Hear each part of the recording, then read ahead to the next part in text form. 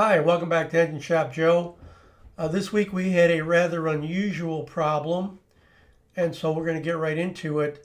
And the lesson to learn this week is always expect the unexpected. So let's take a look. Here's our faults. Active is input lines to the DEF pump, the DEF supply lines, and all the other faults are related to the DEF tank being out of fluid. So we thought they ran it out of fluid and it couldn't prime.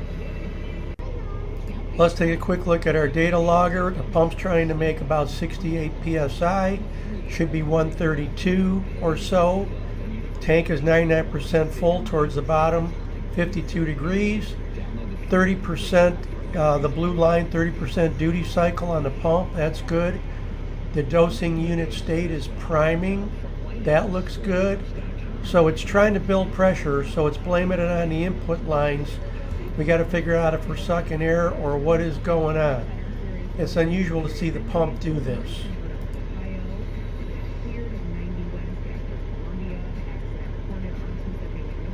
To make matters worse, we had slid under the truck, looked at the fittings and lines. The unit drove in kind of a sleet rain mess, so everything underneath is dripping and wet, but we really didn't see anything wrong. So we went ahead and did our checks, and then it was the end of the day. We shut it down and we said we're going to get back to it in the morning. So in the morning we decided to do the pressure test that you can do with Insight to build pump pressure in a DEF system. And then while we're doing the test, we noticed that there was water running out from under the truck. And here's what we found. This picture is of after treatment DEF line 1. That line is tied up to a bundle of wires that runs across over the drive shaft, and those ties weren't always there.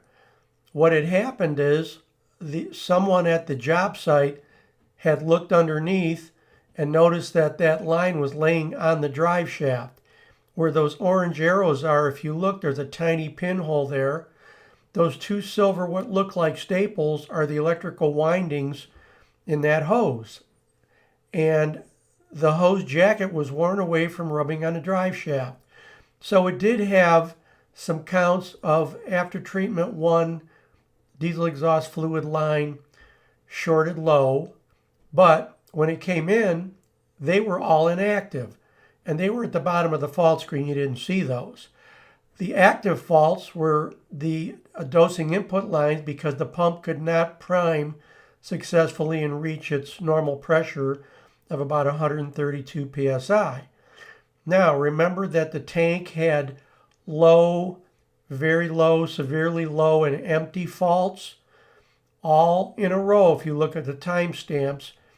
And those faults all occurred over about, I'd say, 15 minutes. And when this first started to rub through the DEF line, that line started to leak, and then it had a pinhole, and it just sprayed. But it was a very fine mist because the line's a thick line. This is the line that goes from the pump to the DEF injector on the decomp pipe. And so in this case, the problem was the line had fallen down on a drive shaft. I'm assuming some ties broke or somebody cut ties to repair something and left the line loose, and then bouncing around it finally got down there. Because from where the line is now to the drive shaft is only about 4 inches. It's not a long drop. So, always expect the unexpected. So in recap, so that we can clear up in our head what was going on here, remember that DEF system, if it can't build pressure, it will stop priming.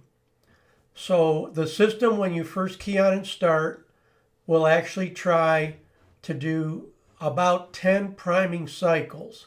So while I was trying to prime, it was spitting out DEF fluid. It would fail the prime, and then it would stop spitting out DEF fluid because the pressure would go to 0. It would wait, and it would try again. That's why while the truck was running at the job site, it was slowly losing fluid out of the tank, and eventually the tank went empty. You notice the tank was full.